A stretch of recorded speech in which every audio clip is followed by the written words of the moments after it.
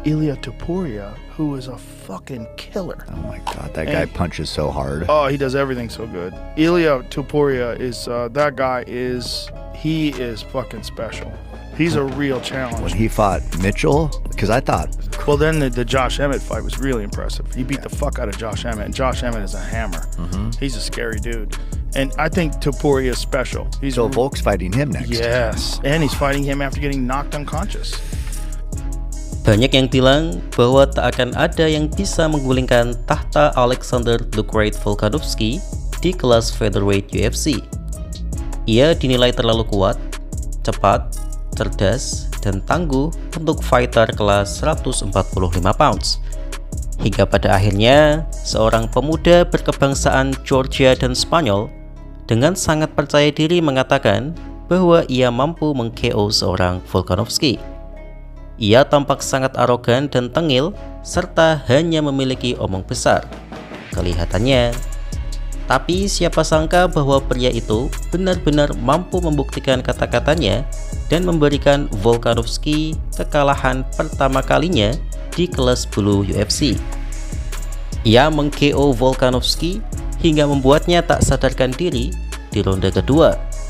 Dan pria itu adalah El Matador Ilia Topuria. Selamat datang di segmen Profil Fighter Channel MMA Discourse. Seperti yang saya janjikan di video profil sebelumnya, yaitu profil Islam Makhachev. Untuk kali ini kita akan membahas salah satu petarung terbaik di dunia saat ini yang digadang-gadang memiliki skill set yang mampu menyaingi Islam Makhachev. Bahkan tak sedikit pula yang percaya bahwa sosok tersebut adalah satu-satunya orang yang bisa mengalahkan dan menghentikan win streak Makhachev. Sosok itu adalah ranking 2 pound for pound UFC dan dianggap sebagai salah satu bintang terbesar UFC saat ini, yaitu Ilia Topuria.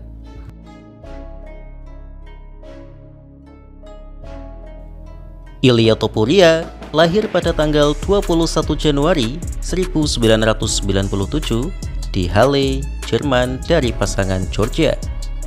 Meskipun lahir di Jerman, tapi Ilia tumbuh besar dengan mentalitas Georgia karena memang identitasnya terbentuk dari perjalanan panjang. Banyak kesalahpahaman yang berkembang di beberapa fans bahwa Ilia adalah orang kaya sejak lahir. Itu adalah hal yang tidak benar karena perjuangan masa kecil Ilia tidak segampang perkiraan banyak orang. Pada usia 7 tahun, ia pindah ke Georgia dan mulai belajar olahraga wajib di negara itu, yaitu gulat. Melalui olahraga ini, ia sadar bahwa ia memiliki bakat hebat dalam gulat, terutama gulat cabang Greco-Roman. Kecintaannya pada olahraga bela diri bawah ini semakin besar setelah ia juga mempelajari Brazilian Jiu-Jitsu untuk mempertajam kemampuan submisinya ketika ia pindah ke Spanyol pada usia 15 tahun. Ada cerita menarik yang terjadi di usianya yang ke-15 tahun, di mana saat itu Ilia dan kakaknya, yaitu Alexandre Topuria, memberanikan diri untuk berbicara pada ayah mereka bahwa mereka berencana untuk berhenti sekolah dan ingin berfokus pada dunia mixed martial arts. Alasan mereka sangat jelas, yaitu ingin menjadi petarung MMA di UFC, dan mereka, terutama Ilia, yakin memiliki bakat yang luar biasa di olahraga itu. Umumnya orang tua pasti akan menolak permintaan anak yang terdengar konyol tersebut. Tapi setelah melihat kesungguhan niat pada mata anaknya, ayahnya pun mengizinkan dua putranya itu untuk putus sekolah dan fokus pada berlatih di gym. Sebuah keputusan yang sangat berani, tapi hasilnya bisa kita saksikan bersama. Well, sebagai disclaimer, saya tentu saja bukan menganjurkan putus sekolah loh ya. Ini hanya berbagi fakta menarik saja tentang Ilia Topuria. I left the school when I was like 15 years old. What do you mean? You didn't go to school? No, when I was 15 years old, I go with my brother to talk to my father, and we tell him like, hey dad, we don't want to go to school anymore, but we really want to train, and we're gonna go like all day, every day in the gym, and we're gonna train because my dream was to fight in the UFC. And he told me like, if you're really gonna train all the time, like you tell me, you have my approval. Wow, what a guy. Yeah. A lot of dads wouldn't say yes to that. That's Ilia Topuria memulai karir profesionalnya di promotor lokal Spanyol Mixed Fight Event Valencia pada tanggal 4 April 2015, di mana ia menang melalui submission triangle choke di ronde pertama. Karirnya di sini berlangsung mulus hingga ia memenangkan gelar Mixed Fight Event Featherweight Division di tahun 2016. Hal itu menarik perhatian promotor yang lebih besar, yaitu Cage Warrior, untuk merekrutnya. Ia melakukan debutnya tahun 2018 dan kembali menang submisi. Di bulan Juni tahun yang sama, Topuria mencoba peruntungannya di kelas baru, yaitu kelas bantam. Tapi sayangnya, ia gagal dalam penimbangan berat. Jadi meskipun ia menang di pertandingan itu, tapi hasilnya kurang maksimal karena bobotnya melebihi timbangan. 1 tahun setelahnya, ia bergabung dengan Brave Combat Federation dan memenangkan 2 pertandingan, yaitu melalui submission dan melalui knockout. Di titik ini, terjadi perubahan besar dalam kemampuan bertarungnya. Pertama, ia secara resmi mendapatkan gelar sabuk hitam Brazilian Jiu-Jitsu, dan kedua, ia menyadari bahwa ia memiliki kemampuan yang membuatnya lebih dari sekedar grappler. Ia memiliki sesuatu yang menurut Joe Rogan, hal ini tidak bisa didapatkan dari latihan, tapi murni anugerah dari Yang Maha Kuasa. Dan itu adalah knockout power di tangannya. Ilia pun semakin termotivasi untuk berlatih, hingga akhirnya seorang monster yang akan mengguncangkan panggung UFC akan muncul, yaitu El Matador Ilia Topuria.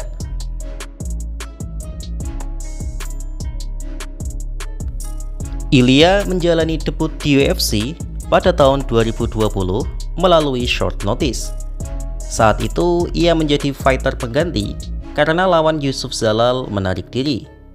Meskipun tawaran itu sangat beresiko, yaitu debut dalam kondisi short notice, tapi Ilia tidak menyia-nyiakan kesempatan itu. Dan benar saja, Ilia berusaha semaksimal mungkin untuk menang, dan di 2 ronde awal ia memang menang. Tapi efek short notice baru kerasa di ronde 3, sehingga ia hampir saja kalah dari Zalal. Namun pada akhirnya Ilia berhasil menang di debutnya dengan skor 29-28. Ilia pun melaju dengan kemenangan yang meyakinkan, yaitu melawan Damon Jackson, Ryan Hall, hingga Jai Herbert dengan KO dan TKO.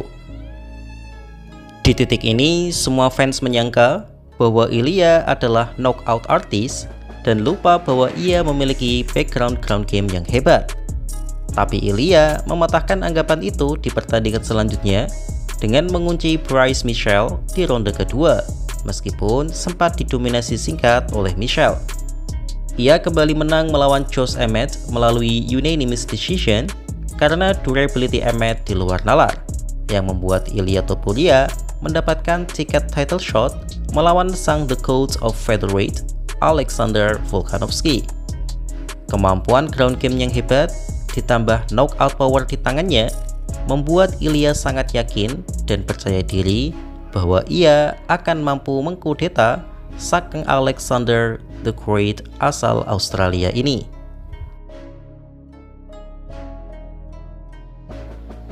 Ilia Topuria mendapatkan title shot pertamanya dalam UFC 298 Volkanovski vs Topuria 17 Februari 2024. Sebelum kartu itu tersaji, Ilia memainkan Cywar yang belum pernah dilakukan oleh fighter lain, yaitu ia mengubah bio Instagramnya menjadi Undisputed UFC Featherweight Champion. Tentu saja hal ini menimbulkan pro kontra luar biasa di kalangan fans.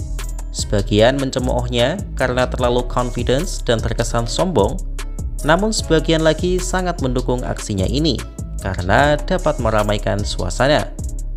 Sebelum laga terjadi, Islam Makhachev sempat memperingatkan Volkanovski untuk tidak melawan Topuria terlalu cepat karena ia baru saja kena tendangan head kick brutal dalam UFC 294 bulan Oktober 2023. Tapi tim Volkanovski tampak mengabaikan itu dan Volk tetap bersedia tanding. Ronde pertama, laga berjalan intens. Ilya mencoba lebih agresif dalam menyerang, namun Volk mampu bertahan dengan baik dan melakukan kebiasaannya, yaitu mencicil dengan leg kick dan jabnya. Topuria semakin mencoba untuk maju, dan di sini perbedaan kekuatan pukulan mereka terlihat. Satu pukulan Topuria mampu membuat Volkanovski mundur. Tapi Volk bukanlah petarung kemarin sore. Ia aktif memberikan serangan cicilan damage yang sukses membuat Ilya berdarah. Ronde pertama dimenangkan oleh Volkanovski dengan skor 10-9. Ronde kedua berjalan sama seperti ronde pertama, tapi dalam satu momen Ilya berhasil mendaratkan satu pukulan bersih yang langsung membuat Volk mundur ke pagar. Kemudian Ilya menyelesaikan Volkanovski dengan hooknya. Ilya pun menang KO atas Volkanovski dan berhasil menjadi raja kelas bulu UFC. Ilya Topuria mempertahankan sabuknya untuk pertama kali melawan mantan penguasa di kelas bulu sekaligus pemegang sabuk BMF, Max Blast Holloway. Saat itu beberapa fans meragukan Holloway karena pemotongan berat ekstrimnya setelah ia bulking ke kelas ringan. Namun Holloway menegaskan bahwa ia siap dengan itu dan bertanding melawan Ilya. Hampir sama seperti melawan Volk, Ilya sempat kesulitan mendapatkan kepala Holloway di awal ronde karena pengalaman mereka memang sangat tinggi. Tapi masalahnya, dua-duanya memiliki ending yang sama, yaitu kekuatan tangan Ilya mampu menidurkan Holloway. Usai kemenangannya ini, ada beberapa fans yang menganggap Ilya Topuria adalah the GOAT di kelas bulu karena ia meng-KO dua kandidat GOAT secara berturut-turut. Ilya pun merasa demikian sehingga ia ingin meraih target yang lebih tinggi lagi. Saat itu, ia hanya melihat satu sosok yang ia anggap sebagai lawan setara dan layak untuk dijadikan batu loncatan untuk menjadi the GOAT sesungguhnya. Sosok itu adalah sang raja kelas ringan sekaligus raja pound for pound, Islam Makhachev. So what makes you want to move up to 155? Because I really believe that I can beat the current champion, Islam.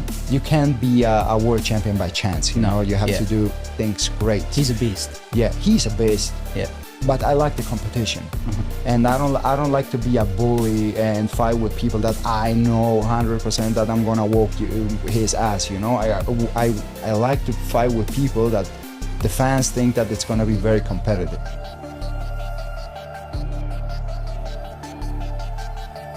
Ilya Topuria menanggalkan sabuk kelas bulunya dan sepenuhnya naik ke kelas ringan guna menantang Makhachev.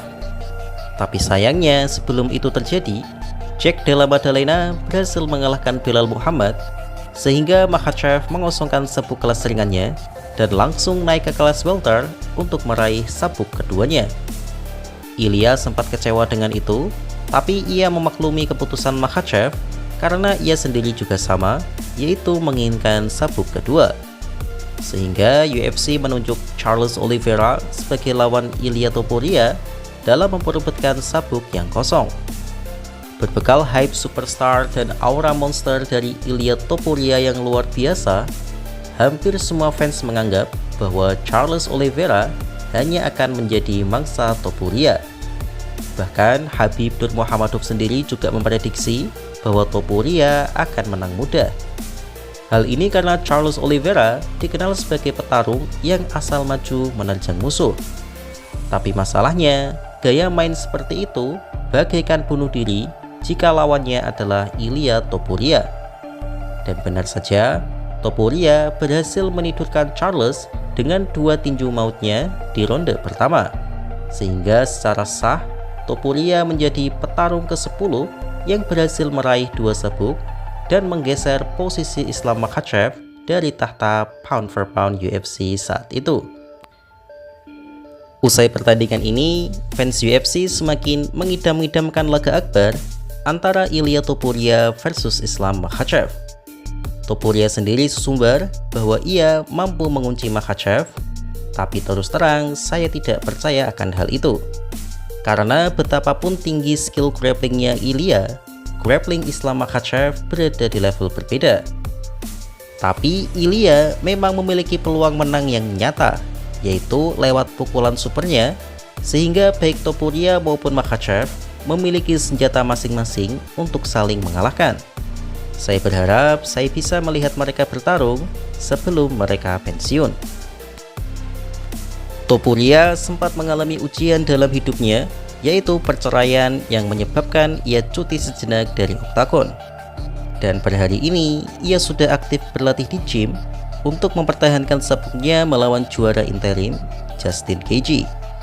Namanya agak tercoreng karena fakta mengatakan ia menghindari Arman Tsarukyan, tapi secara umum nama Ilia Topuria masih dianggap lebih tinggi dari Arman.